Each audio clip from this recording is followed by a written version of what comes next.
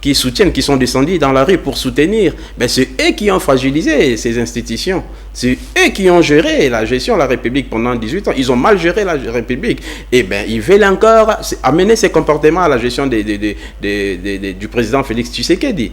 Ils ont fragilisé l'économie, ils ont fragilisé les institutions. Et aujourd'hui, ils vont nous parler des soutiens aux institutions et ils vont nous parler de la dictature. Nous allons vers une dictature.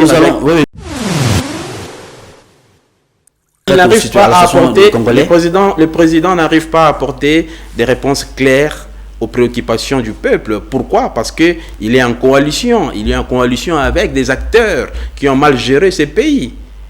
Avouons que le FCC a mal géré ces pays.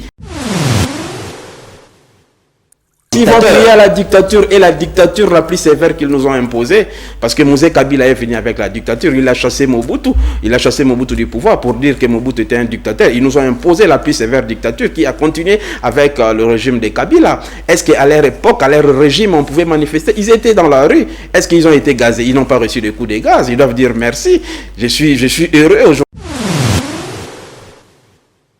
Je pense qu'on peut faire la politique autrement. Avec Fachi, c'est possible de faire la politique autrement. Pour faire mieux cette politique, le président est appelé à se désolidariser de ces accords, de cette coalition qui ne cadre pas avec l'intérêt du peuple. Et je pense que si le président se retire, on aura un Congo meilleur, on aura un Congo nouveau, on aura un État responsable avant de penser à l'instauration d'un État de droit.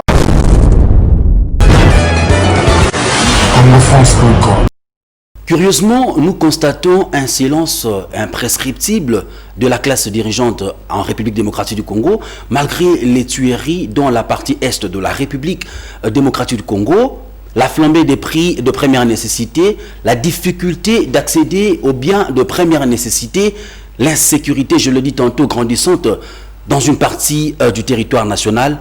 Mais récemment, nous avons constaté qu'il y avait de marches de principales formations politiques le 9 et le 13 juillet pour l'UDPS et la Mouka. Et tout récemment encore, le FCC a battu le pavé pour exprimer sa solidarité aux institutions de la République. La question reste pendante. Quelles attentes sociales après toutes ces marches des formations politiques? Et sur ce plateau, nous recevons Monsieur Eddy Mazikou. Eddy Mazikou, bonjour. Bonjour, cher frère, j'espère. Dites-nous d'entrée de jeu, qui êtes-vous? Que faites-vous? Vous nous honorez d'entrée de jeu, il faut que je le signale, par votre présence. Qu'est-ce que les milliers de téléspectateurs peuvent retenir de votre personne? Merci beaucoup. Je suis Monsieur Eddy Mazikou Ndongala, initiateur du mouvement politique Kombo à Marche, Kombo la Bango, et président de la Fondation Maziko Edna, qui est une association à caractère humanitaire qui a pour objectif promouvoir les actions à caractère humanitaire sur le plan social et éducatif, qui a pour siège en France, mais œuvre à Kinshasa sous représentation de la Fondation Maziko Edna. Mais l'association a été créée en France sous nomination de Solidarité Edna sans frontières. Très bien. J'ai les signalé à l'entame de notre émission ici qu'il y a eu de marches organisées par des principales formations politiques ici en RDC. Et force est de constater que vous avez personnellement pris part aux deux premières marches de ces formations politiques. Je cite ici l'UDPS le 9 juillet dernier et la Mouka le 13 juillet. Mais curieusement, les 24 juillet dernier, sauf erreur de ma part, pour le compte du FCC, vous n'avez pas pris part. D'abord, la motivation de votre présence sur le terrain pour revendiquer contre les fameuses lois du tandem Minaku-Sakata, mais aussi contre l'entérinement de Ronsard Malunda à la tête de la centrale électorale par l'Assemblée nationale, une candidature qui a été rejetée en fin de compte par le chef de l'État. Quelle était la motivation? Effectivement, il y a eu 4 marches, notamment celle de mouvement citoyen, que je vais participer aussi. Le CLC oui, de Cash, et puis de la Mouka, que je vais participer à toutes les 3. La 4e marche, je n'ai pas participé parce que il s'agissait d'une provocation, d'un loisir, moi je pense, à mon avis, parce que comment expliquer un parti au pouvoir, parce qu'il faut l'avouer, le PPRD et l'IDPS sont deux partis au pouvoir. Donc quand ils sont en coalition, on ne peut pas comprendre que deux partis politiques au pouvoir manifester contre leur propre gestion. Mais pour le compte de l'UDPS, vous étiez sur terrain. Pour les comptes de l'IDPS, la MOUCA et Mouvement Citoyen, j'étais sur le terrain. Mais pourquoi cette discrimination? J'ai participé parce qu'il s'agissait de la République qui est menacée, de la République qui est en danger, parce que toutes les trois marches, nous contestions contre la désignation machiavélique, pour moi, de Rosar Malonda à la tête de la CENI, et de trois lois, la proposition des 3 lois de Minaku, qui était favorable au FCC, parce que FCC c'est comme quelqu'un qui a pris de balles et il s'en sort pas, il sait pas s'il va mourir, s'il va s'en sortir, donc ils cherchent à tailler de mesures à leur faveur afin d'échapper à la justice, parce qu'ils sont redevables, ils sont redevables à la justice, ils ont des comptes. Même lorsqu'on descend sur terrain pour exprimer, je voudrais mettre la parole, même lorsqu'on descend sur terrain pour exprimer la solidarité aux institutions de la République qui se voient être menacées, et on constate même qu'il y a une guerre entre les principales institutions de la République. La marche de FCC, c'est une distraction. Comment ça? Parce que, est-ce que vous avez déjà vu un PR manifester contre le régime Mobutu? Parce que Mobutu était au pouvoir, un PR aussi, un PR ne pouvait pas manifester. Ces institutions qui soutiennent, qui sont descendus dans la rue pour soutenir, ben c'est eux qui ont fragilisé ces institutions. C'est eux qui ont géré la gestion de la République pendant 18 ans. Ils ont mal géré la République. Et ben ils veulent encore amener ces comportements à la gestion du président Félix Tshisekedi. Ils ont fragilisé l'économie, ils ont fragilisé les institutions. Et aujourd'hui, ils vont nous parler des soutiens aux institutions. Et ils vont nous parler de la dictature. Nous allons vers une dictature.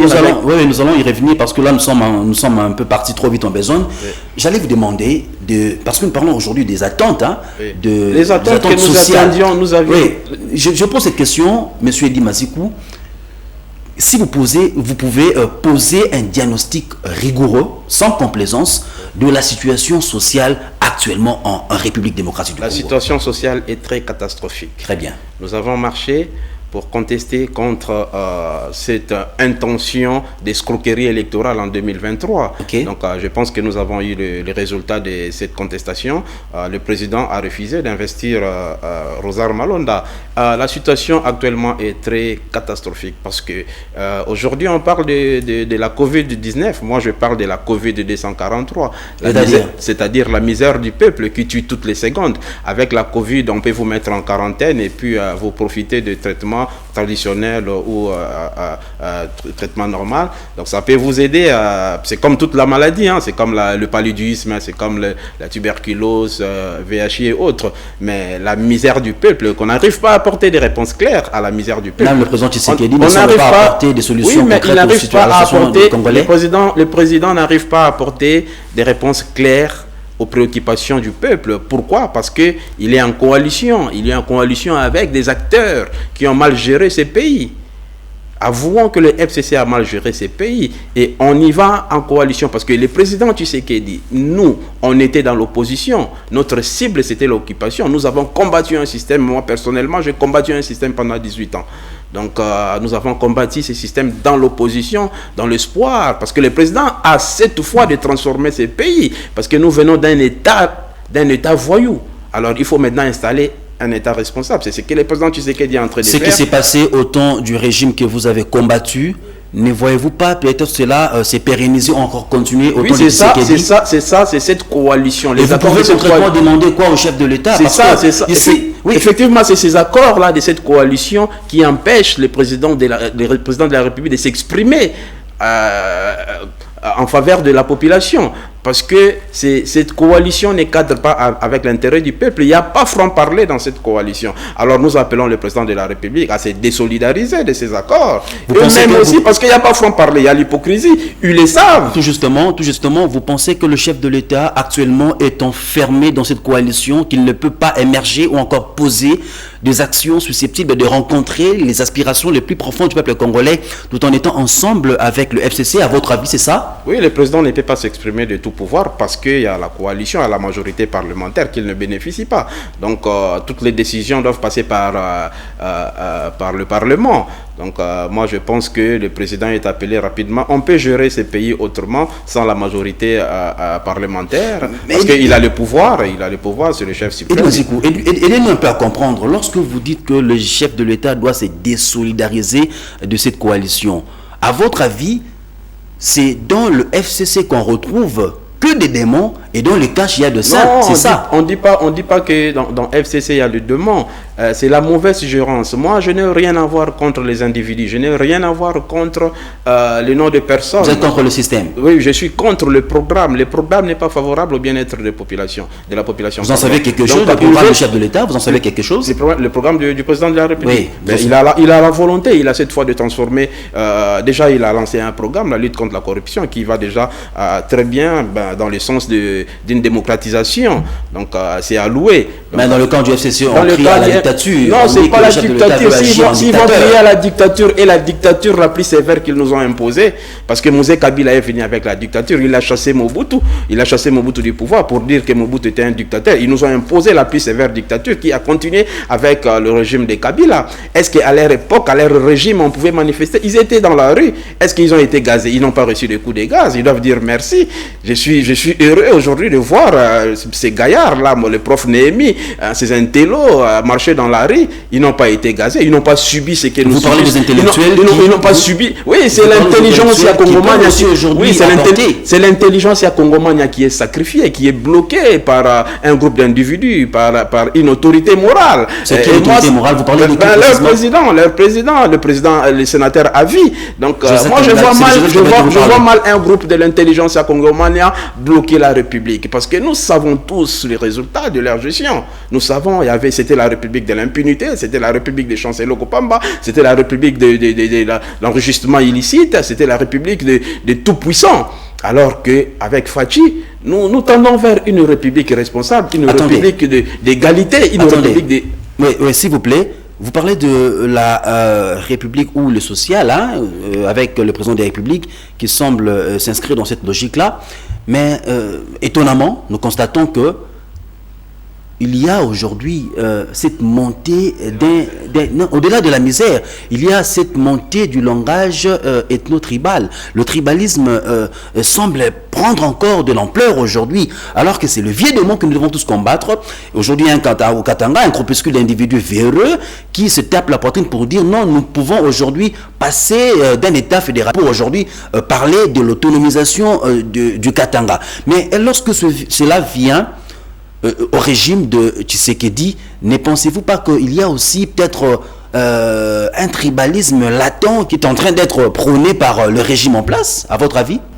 Heureuse mémoire à Mobutu qui nous a laissé l'unité nationale. Okay. Ces balais, c'est un symbole de l'unité du peuple congolais. C'est-à-dire? Oui, parce que qu'est-ce que nous voulons? Nous voulons que le Congo, que nous faisions un seul peuple, une seule force pour élever cette nation. Mais avec Kombola Bango, avec Kombola Bango, c'est la mauvaise gérance, bien évidemment. La mauvaise gérance. C'est une nouvelle, parce qu'avouons aujourd'hui, la classe politique, aujourd'hui, elle n'est plus honorable. La classe politique devient une référence des délinquants. Avouons-le.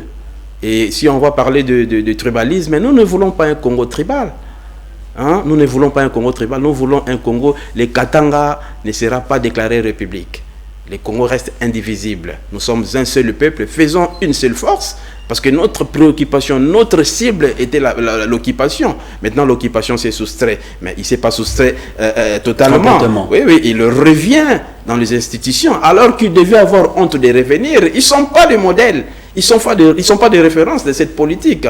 La politique n'est plus honorable. Donc, la politique est devenue une caverne d'Ali Baba où tout le monde, tous les voleurs, tous les réfugiés viennent se réfugier. Et tous les voleurs et tous les délinquants viennent se réfugier pour s'enrichir. Moi, je pense qu'avec Kombola Bango, que j'appelle tout le monde à rejoindre la jeunesse notamment, on va faire la politique autrement. On va répondre, je pense que c'est possible, de répondre aux préoccupations du peuple. Sur quelle idéologie Kombola Bango repose?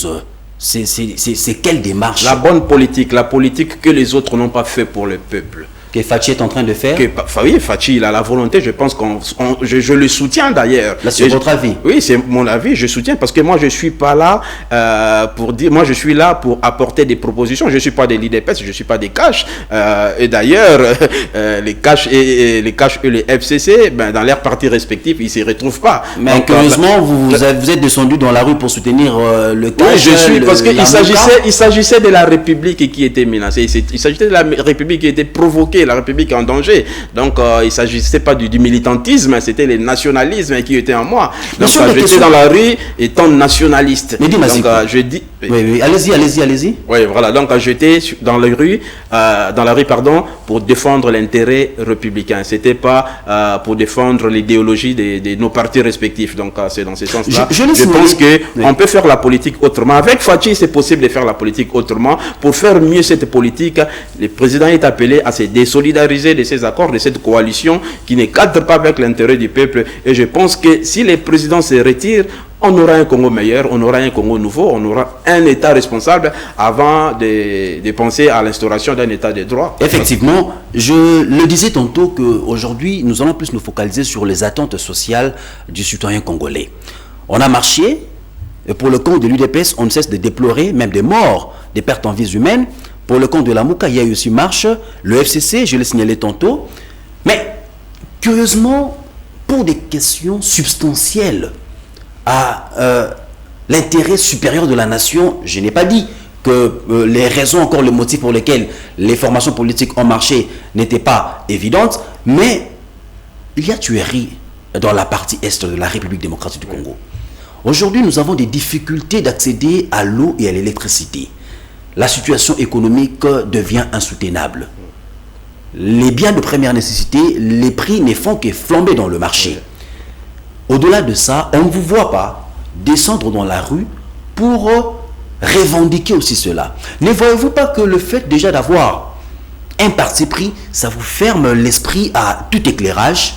Non, moi je suis nationaliste, je n'ai pas de parti pris. Absolument. J'ai compati à la douleur des populations de l'Est. Okay. Et j'appelle le président de la République à prendre des décisions. Quelles décisions? Des décisions fermes, républicaines et responsables. Parce qu'il vient d'effectuer une permutation de nomination dans l'armée. Dans l'armée. Mais maintenant, qu'est-ce qu'il faut faire? Il faut d'abord recenser les officiers infiltrés étrangers qui sont dans l'armée, qui nous empêchent, qui empêchent nos forces de s'exprimer et puis de mettre la paix. L'infiltration, oui, à cette partie. Et puis donner à l'armée les moyens nécessaires, matériels et financiers, le mettre dans de bonnes conditions. Si on le met dans les bonnes conditions, je pense qu'on va gagner. Il faut mettre cette population en paix. Parce que ce n'est pas aujourd'hui qu'on a commencé à compter les morts dans nos placards. Nous en avons compté avec le régime de Kabila. Nous en avons compté avec l'arrivée de l'AFDL. Puisque c'est eux qui nous ont amené les Rwandais. Nous les avons acceptés sur nos terres. Aujourd'hui, ils violentent nos femmes, nos enfants, tout ça là.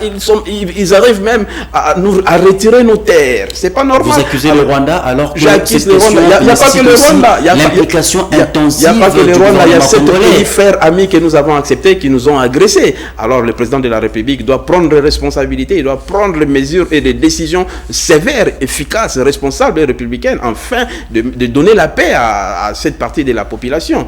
Mais quand il s'agit de flambée de prix que nous devons manifester, moi je pense, ce que j'ai dit tout à l'heure, un pays le plus riche du monde, et aujourd'hui on devient le pays le plus pauvre avec toutes les potentialités que nous avons, et c'est regrettable.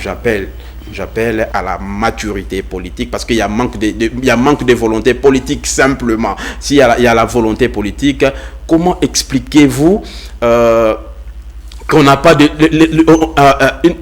la SNEL, une société nationale d'électricité, tout ça là, arrive, il y a intervention de coupure en une journée de fois 32 à 37 fois. C'est dit à quoi? Alors que nous avons des barrages. Mais qu'est-ce qui manque? Il faut répondre à toutes ces questions. La volonté politique. Oui, voilà la volonté politique. Parce qu'on a l'argent, on a le moyen. Alors, il faut mettre le paquet. Il faut mettre la volonté politique pour régler, pour répondre à ces questions. Il y a à Kinshasa, il y a des coins où ils n'ont pas d'eau. Il y a même des coins où à Kinshasa, ici, dans la capitale, Moi, je suis allé à quelques kilomètres de la ville de Kinshasa, que j'appelle banlieue proche de Kinshasa, à lui là. Mais ben, allez voir dans les conditions où les gens vivent. Les gens vivent dans des conditions inhumaines. Au 21e siècle, les gens n'ont pas de courant, les gens n'ont pas de structure de santé, n'ont pas de structure éducative. Et on les a ici à Kinshasa. Mais l'argent est volé à hauteur de millions de dollars. Allez voir la route de Bongolo. Allez voir, ça va même pas leur coûter 100 000 $. Parce que le chef de l'État, parce que j'aimerais bien qu'on puisse cette fois-ci nous focaliser sur votre combat. Vous êtes initiateur, vous avez dit c'est Kombo la Bango. Kombo en marche, Kombo en marche, Kombo la Bango. Ba Kombo la Banani. Kombo en marche, Kombo la Bango, c'est une nouvelle vision. C'est voir la politique autrement. Kombo la Bango, Banani. Kombo la Bango, la mauvaise gestion. Mais là, quand on dit Bango, ce sont des individus. Oui, les individus, c'est qui ont mal géré ces pays. Qui est le FCC. Et ça n'épargnera personne parce que quiconque osera de manipuler la population ou de s'enrichir dans la politique, il trouvera le combo là, parce que comme ça, épargner personne. Voilà pourquoi j'appelle la jeunesse à rejoindre cette vision, à soutenir cette vision. C'est une vision qui va peut-être faire la politique autrement. Et c'est possible avec cette jeunesse. Parce que, comment expliquez-vous, chaque année, il y a des promotions, il y a des universitaires. Mais où vont ces universitaires? Donc, l'intelligence congolaise est sacrifiée. Hein? Il faut promouvoir la jeunesse, il faut responsabiliser la jeunesse. Le président de la République a dit quoi? Il va faire de la jeunesse, des millionnaires. Je suis tenté ici de vous poser la question parce que vous drainez aussi des foules derrière vous. Vous avez des jeunes qui vous suivent. Que faites-vous de cette jeunesse-là? Parce qu'il faut le dire, il y a une évidence qui saute aux yeux et qui s'impose à nous de façon non négociable, Eddy Mazikou. Aujourd'hui, la jeunesse dans des formations politiques, parce qu'aujourd'hui, c'est ce qu'on fait croire à cette jeunesse, que l'enrichissement, le bénéfice, le travail, on ne peut les avoir que dans les partis politiques. Mais curieusement, ces jeunes qui sont utilisés comme étant des vaches à lait, comme étant de marchepieds, en dernier ressort, n'arrivent pas à obtenir gain de cause de leur combat. Qu'est-ce qui doit changer dans l'imaginaire de l'homme politique congolais? Qu'est-ce qui doit se passer? Quel est ce changement que nous devons attendre concrètement pour permettre à ce que, quand vous parlez là, vous êtes en train de prôner là, promouvoir la jeunesse, qu'est-ce qu'il faut pour que ces jeunesses, afin de qu'on puisse se retrouver pour son combat? Parce que sur le champ des batailles, ils sont, ces jeunes-là, au premier rang. Qu'est-ce que nous pouvons faire pour que cette jeunesse puisse enfin se retrouver? Oui, il faut créer des ateliers de formation, des ateliers de sensibilisation, parce que la jeunesse, elle est abandonnée déjà. Elle-même, la jeunesse, elle est abandonnée. Mais elle ne reconnaît presque pas cela. Non, la jeunesse est plongée dans une distraction abusive. Absolument. L'alcool, la drogue forte, la prostitution, que les autorités trouvent normales. Comment vous pouvez accepter que le toko soit commercialisé, on les vende dans des boîtes de nuit, dans les nganda comme ça? Donc un matin, on se réveille, on nous dira que même la drogue est commercialisée. Donc, il faut sensibiliser. Là, je ne partage pas votre avis, Eddy Mazikou, parce que j'aurais voulu peut-être que vous préconisiez, parce que là, j'arrive. Vous m'avez posé une question, qu'est-ce qu'on doit faire pour la jeunesse? Il faut former. Et elle est formée parce qu'il y a les parents démunis des moyens matériels et financiers qui envoient leurs enfants à l'école dans des conditions très difficiles. Et en fin de compte, c'est le taux de chômage qui augmente chaque jour. Parce qu'ils ont plongé la jeunesse à la distraction. Alors, qu'est-ce qu'il faut faire? Il faut conscientiser cette jeunesse. Il faut l'informer. Il faut la former. Hein? Il ne faut pas que la jeunesse soit un marchepied des autorités politiques à tout moment qu'ils ont besoin, parce qu'ils ne descendent pas dans la rue. C'est cette jeunesse qui descend dans la rue. Pour la première fois, on a vu Chadari, on a vu Némi Moulin dans la rue. Les gaillards doivent comprendre que c'est la fin du temps. Moi, j'ai vu quelqu'un du FCC marcher avec une chaussure Weston. Donc, c'est la fin du temps. Ils doivent comprendre. Ce sont des signaux qui doivent les interpeller que c'est la fin du temps. Donc, aidons cette jeunesse doit se prendre en charge, mais elle ne doit pas se prendre en charge comme ça, par magie. Donc il faut l'informer, il faut la former, hein, il faut la sensibiliser. Hein, il ne faut pas l'envoyer dans la rue pour le tuer. Il ne faut pas l'envoyer dans la rue pour leurs intérêts personnels. Et moi j'interpelle la jeunesse de dire non, d'apprendre à dire non. Hein. Parce qu'ils nous ont laissé affamer pendant 18 ans. Et aujourd'hui, ils viennent vous donner 10 000 francs pour participer à la marche. Ça va vous servir à quoi? Hein? Et vous arrivez, on vous blesse. Et ils ne vous prennent pas en charge. L'exploitation de la jeunesse. L'exploitation, oui, l'exploitation de la jeunesse. Voilà pourquoi je dis non. J'appelle la jeunesse à rejoindre ma vision. Avec moi, je pense qu'on va faire une bonne politique, la politique du peuple qu'eux n'ont pas fait. Donc cette jeunesse ne doit pas être utilisée, manipulée, politisée. Nous disons non, parce que nous avons des têtes bien faites, pour une certaine langue. Responsabiliser cette jeunesse. Mais une certaine opinion. Attribuer le marché public aux jeunes. Oui, Eddie Mazikou, tout justement. Mais j'ai vu il n'y a pas longtemps le mandataire. Il y a eu cumul de mandats. Ce sont les mêmes têtes qui sont revenues. Est-ce que, mettons, puisque nous ne sommes pas de la coalition KHFCC, nous ne sommes pas de la coalition KHFCC. Sur cette question-là, le chef de l'État a failli. Non, est-ce que, oui, je vais dire, parce qu'il y a eu cumul de mandats. Les mêmes personnes, les vieux lourds sont revenus. Est-ce que dans leur parti politique respectif, il n'y a pas de jeunes, il n'y a pas de valeurs, il n'y a pas de compétences? S'ils ne veulent pas puiser dans l'ensemble de la jeunesse, dans leur parti respectif, il y a des jeunes qui pleurnichent, qui se sont pas retrouvés. Alors ils pouvaient puiser des intelligences, de la compétence dans leurs partis politiques respectifs. Donc moi je pense qu'il faut promouvoir la jeunesse, il faut donner la jeunesse la chance, il faut responsabiliser la jeunesse. Le chef de l'État aura à atteindre ses 2 ans, bientôt là.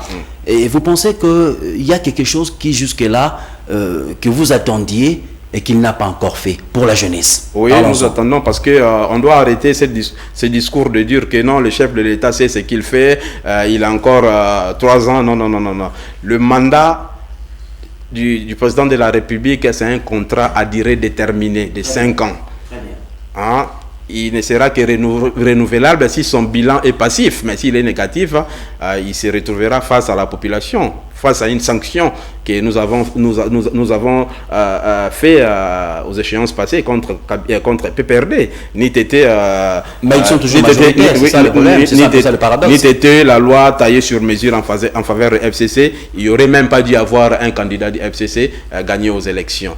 Donc moi je pense que ce que le peuple attend du président, c'est des réponses claires à ses préoccupations. On n'est pas au temps de discours, on est au temps des actions concrètes. Comme il a dit, 2020, ça sera une année des actions concrètes. On attend vers la fin de 2020, on n'a pas encore des actions concrètes parce que les gens crient aujourd'hui l'état des droits parce qu'il y a Kamere qui est au poteau, il y a un tel au poteau. Non, l'état des droits ne veut pas dire que arrêter les gens qui ont géré les projets de 100 jours. Donc l'état des droits, c'est un esprit, c'est un état d'esprit. L'état des droits doit toucher toutes les couches. La réforme, la promotion de la jeunesse, le social de la population, fouiner dans le passé, parce que sans fouiner dans le passé, on n'aura pas un avenir et devenir meilleur. Donc c'est ça l'état des droits. L'état des droits ne doit pas se limiter qu'à Kamere au poteau. L'état des droits, c'est-à-dire recenser tous les criminels financiers. Et les criminels financiers et les criminels des crimes, des massacres contre l'humanité. Il faut le recenser. Hein? Il doit avoir audit, c'est ça l'état des droits. Il doit avoir audit de la gestion de la ville de Kinshasa, il doit avoir audit des massacres de Yumbi, il doit avoir audit des massacres de Bunduna Congo, de Kassampu, de Kamwena Sampu, des combattants calcinés à la permanence de l'IDPS, de la mort de Rossi Chimanga, Thérèse Kapangala. Il doit avoir audit. Nous attendons aussi l'audit sur le fonds alloué à la lutte contre la Covid-19. Eddie Mazikou, très récemment, le chef de l'État a levé l'état d'urgence sanitaire, mais il a dit que la maladie continue à exister parmi nous. Il suffit seulement de continuer à observer les consignes barrières. Dites-nous un peu, depuis qu'on a déconfiné, je dirais Kinshasa et partout où il y avait la pandémie de Covid-19, qu'est-ce que vous avez constaté du point de vue social ? Du point de vue social, parce que cette mesure de déconfinement, le peuple y attendait. Comme à Libye, c'est pour essayer un peu de maintenir l'économie, vu que le revenu de certaines familles était basé sur les bars et tout ça là. Moi, je pense que cette mesure, elle est bien arrivée. Mais ce qui m'intéresse, ce qui me préoccupe, moi, c'est les mesures d'accompagnement social qui ne sont pas garanties. Et puis, il n'y a pas une parfaite communication entre l'équipe de la riposte et les gouvernements. Comment expliquez-vous on demande à la population de porter obligatoirement de masques, de cache-nez, alors que certaines personnes n'ont même pas la possibilité de s'acheter un pain, de s'en procurer un pain, de s'acheter un pain de 200 francs, et cette personne peut acheter un cache-nez de 1500. Moi, j'appelle le gouvernement à prendre ses responsabilités, à garantir les mesures d'accompagnement social. Voilà pourquoi nous appelons le président de la République de nous associer à sa vision. Parce que même si nous ne sommes pas de la coalition, mais le collectif des leaders quinois, parce que moi je connais le système, j'ai combattu ce système sans moindre faille. Le président est appelé à nous associer parce que nous devons jouir de cette alternance. Moi, je luttais pour ce système pendant 18 ans. J'ai sacrifié ma vie, j'ai sacrifié ma jeunesse. Hein? C'est pas l'égoïsme, monsieur Edy Mazikou. Non, c'est pas l'égoïsme. Le président est appelé. Le président n'appartient pas. Travaille aussi. Le président, non. On refuse pas qu'il travaille, mais c'est tout le monde qui doit jouir de l'alternance. Le président n'appartient pas. Oui. On peut pas gérer ce pays sur fond de camaraderie. Hein? On ne peut pas gérer le chef de l'État associe plus ses camarades. Au collège des conseillers, il y a beaucoup plus de ses amis, alors que nous sommes restés sur le terrain. Mais il y a aussi, nous avons combattu ce système en prison à ciel ouvert. La méritocratie. Non, la méritocratie. C'est pas dit que ils ont été sélectionnés sur base de quels critères? Hein? Sur base de quels critères? Nous, on est sur le terrain, nous connaissons le système, nous avons combattu ce système à prison à ciel ouvert. Donc, je pense que le président est appelé à nous associer. Donc, parce qu'il n'est pas le président, il n'est pas le président de ces groupes, de ces collèges des camarades ou bien des combattants de l'IDPS. Il est le président de toutes les Congolaises et de tous les Congolais que j'appelle à nous associer, à nous recevoir. Moi, j'ai écrit au président, j'ai demandé des audiences que je n'ai pas de réponse. J'attends parce que j'ai des idées constructives à apporter. Parce que par rapport, moi, j'ai fait plusieurs pays. Ben, c'est pas important de les dire parce que la population ne l'attend pas. Je connais les préoccupations, les cultures et traditions de ces pays. J'ai copié ce que j'ai vécu à l'étranger. Donc, je peux apporter en tenant compte de mon combat sans moindre faille. Et je suis aujourd'hui heureux quand je vois les gens rejoindre ma lutte, cet éveil patriotique que les gens vantent aujourd'hui. Moi, je suis fier parce que moi, je suis resté constant dans ma politique. Très bien. Oui. Madame, Monsieur, nous vous signalons que nous recevons pour vous Edy Mazikou, qui est un leader quinois. Il est l'initiateur du concept Kombo en marche, Kombola Bango, qui s'explique sur les attentes sociales de la population congolaise après toutes ces marches et la situation politique, je dirais socio-économique et politique de la République démocratique du Congo. Edy Mazikou, vous demandez au chef de l'État de vous associer dans ces actions. Quel peut être votre apport une fois associé dans la gestion de la res publique par le chef de l'État? Parce qu'il n'en reste que 3 ans et demi.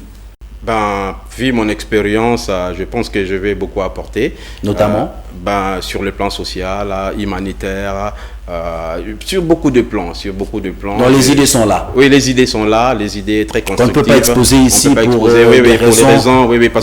Parce que sur le plan humanitaire, j'ai eu à faire un projet, à écrire à quelqu'un, et j'ai sollicité une aide. Malheureusement, il a pris ses projets et il a exploité. À sa guise. Oui, voilà. Donc, très bien.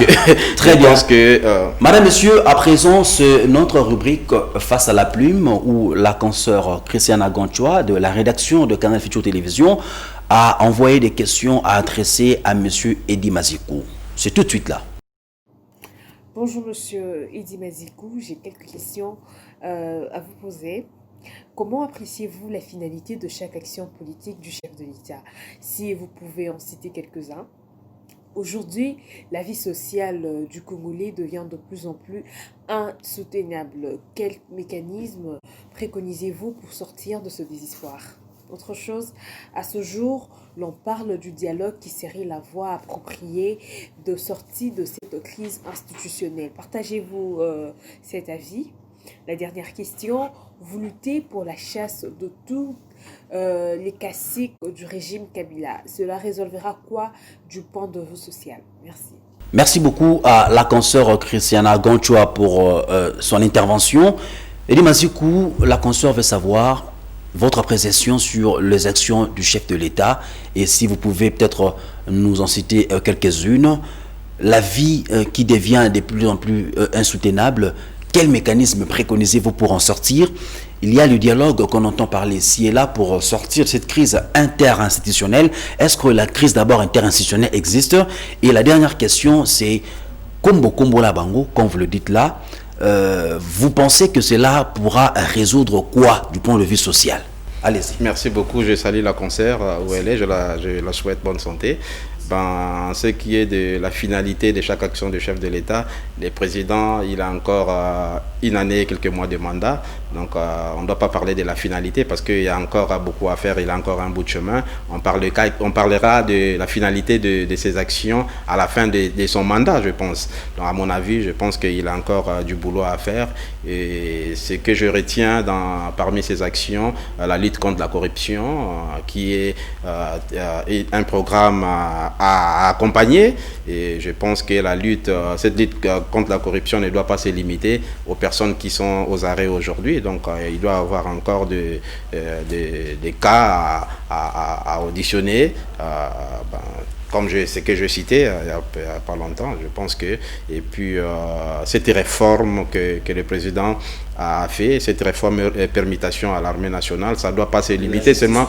Oui, de la justice aussi, ça ne doit pas se limiter seulement à ces gens. Donc, il faut promouvoir la jeunesse et ça doit se limiter pas à la justice et à l'armée nationale. Ça doit aller aux entreprises publiques et ça doit aller au corps diplomatique que Kabila a laissé. Là, on est à 2 ans. Donc, ces diplomates doivent être rappelés et puis le remplacer à la jeunesse. Donc, je pense que le président a encore un bout de chemin pour parler de la finalité de ces actions. Est-ce qu'aujourd'hui on peut parler du dialogue? Oui, on peut parler du dialogue, c'est possible. Vu la situation politique, vu la crise de l'exécutif, je pense qu'il est nécessaire de parler de... Parce que ça, c'est le message, c'est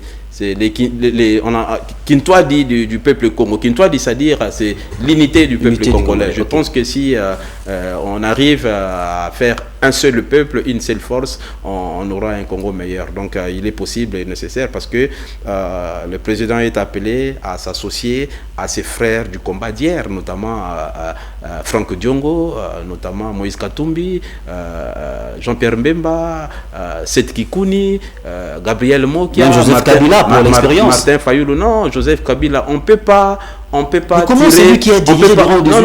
On ne copie que ce qui est bon chez les autres. On ne peut pas tirer de la mauvaise expérience. À votre avis, Joseph Kabila n'a rien de bon? Ben ça, je l'ai dit, ça n'engage que moi. Il n'y a pas des actions favorables. C'est votre avis? Oui, c'est mon avis. Il n'y a pas des actions favorables au bien-être de la population à la gestion de 18 ans de Kabila. Ça, je l'ai dit, ça n'engage que moi. Donc, je ne pense pas et on ne peut pas tirer cette mauvaise expérience pour gérer une république, un État que nous espérons voir responsable.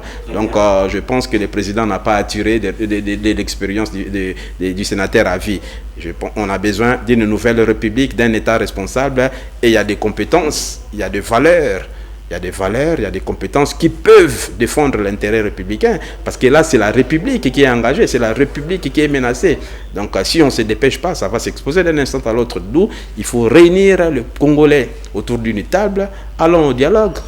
Le pouvoir est confisqué par des plateformes, des autorités morales. Alors, le pays n'appartient pas au FCCH, le pays appartient à toutes les Congolaises et tous les Congolais. Donc, le pouvoir doit être élargi. C'est comme ça qu'on doit diriger le pays. On ne doit pas diriger le pays sur fond d'accord, un accord qui ne cadre pas avec l'intérêt du peuple. La dernière question, vous êtes en train de parler de la chasse de tous les caciques du régime Kabila. Oui. Et vous pensez que concrètement, du point de vue social, cela pourra résoudre quoi? Si on arrive à isoler, c'est lui qui donne le pouvoir, les sauts d'orgueil, que tous ces gens, s'ils nous font des déclarations discourtoises contre la République, si on arrive à l'isoler, je pense qu'on va orienter la République vers des solutions que le peuple attend. Madame, Messieurs, c'est ici que nous mettons un terme à notre émission Face à la réalité qui a reçu pour vous Monsieur Eddy Mazikou, qui est bien entendu un leader quinois, initiateur du concept Kombo en marche, Kombo la Bango. Eddy Mazikou, un dernier mot par rapport à votre émission qui vous a reçu et Face à la réalité. Par rapport à cette émission, je salue le cadre et je vous souhaite un bon vent. Et puis, j'interpelle aussi le gouvernement à ce qu'il mette un budget conséquent pour la presse. La presse, vous êtes le 4e pouvoir. Vous ne devez pas être une presse des individus ou bien des particuliers. Vous ne devez pas être une presse des Djalelo ou une presse des Matolo. Donc, vous devez être une presse républicaine au service de la nation. Donc, j'interpelle le président de la République à ses qualités de chef suprême de mettre le moyen, son gouvernement de mettre les moyens conséquents pour la presse. Et aussi, j'appelle la population tout entière, où que vous soyez, de respecter les mesures barrières avec les moyens des bords, parce que n'attendons rien de cette équipe de riposte ni du gouvernement, parce que nous avons eu des dons à hauteur de 500-600 millions que la population n'en bénéficie pas. Donc, observons les mesures barrières avec les moyens que nous en avons, et la maladie est là. La mesure de levée de l'état d'urgence ne veut pas dire que Corona est parti. Corona est avec nous. N'oubliez pas aussi, la Covid-243 est avec nous. Nous devons combattre cette pandémie, la souffrance, la misère du peuple qui tue toutes les 6 secondes. Ça, je blague pas avec mes mots. Donc nous devons combattre cette pandémie, c'est très dangereuse, ça tue toutes les 6 secondes même, c'est beaucoup, toutes les 3 secondes ça tue. Donc c'est parce que peut-être qu'eux ils vivent pas ça, moi je vécu ça, j'ai fait un peu le tour, j'ai côtoyé la population, je suis à la cité tout le temps, je vois comment la population souffre. Donc avec les moyens de bord, observer les mesures barrières, j'interpelle aussi ces forces publiques qui essayent d'interpeller ces gens-là qui n'ont pas de cache-nez. Mais quand vous interpellez comme ça, il faut d'abord conscientiser sur la pandémie, informer la personne, et on doit canaliser le recette. Où vont les 5 000? Notamment, moi je propose à ce que qu'on mette dans tous les SIAT un agent de la DGRK, pardon, afin de recenser les recettes. Parce que si on arrive à verbaliser quelqu'un pour défaut de port du cache-nez, donc il doit avoir traçabilité. Ou bien en échange, vous verbalisez, vous lui remettez le cache-nez. Donc je pense que c'est une piste au gouvernement, à cette équipe de riposte qui peut tirer pour enfin de garantir les mesures d'accompagnement social et d'aider cette population. Parce que si on n'aide pas cette population, soyons sûrs que dans les jours prochains, nous allons compter des morts dans nos placards. Parce que des morts, nous avons déjà compté des millions en millions, alors on ne veut plus compter les morts. Et que Dieu bénisse les Congos et que Dieu vous bénisse et vous accorde bonne santé. Tous ceux qui sont malades, tous ceux qui sont dans les hôpitaux, tous ceux qui sont dans les tribunaux et parquets, Bolo Kezaka Apona Batoma Bete, courage à Vital Kamere, parce qu'il faut saluer son combat. Il a rendu des services pour la nation. Donc, Bolo Kezaka Apona Batoma Bete, Pasteur Mukuna, je n'ai rien à voir avec sa vie privée. Donc, voilà. Donc, je souhaite bonne santé à tout le monde. Je salue toutes les personnes qui me soutiennent dans ces combats, et sur le plan humanitaire et sur le plan politique. Et que Dieu nous bénisse et que Dieu sauve la RDC. Eddy Mazikou, merci. Je vous remercie. Madame, Messieurs, c'est par ici que nous mettons un point à ces numéros de votre émission Face à la réalité. On ne cessera jamais de le dire qu'au-delà de tout, nous devons travailler pour la satisfaction des aspirations les plus profondes de la population congolaise. Tout pour le peuple, rien que pour le peuple. Face à la réalité et prend fin, restez donc branchés. Je fixe rendez-vous très prochainement avec le même plaisir. À tantôt.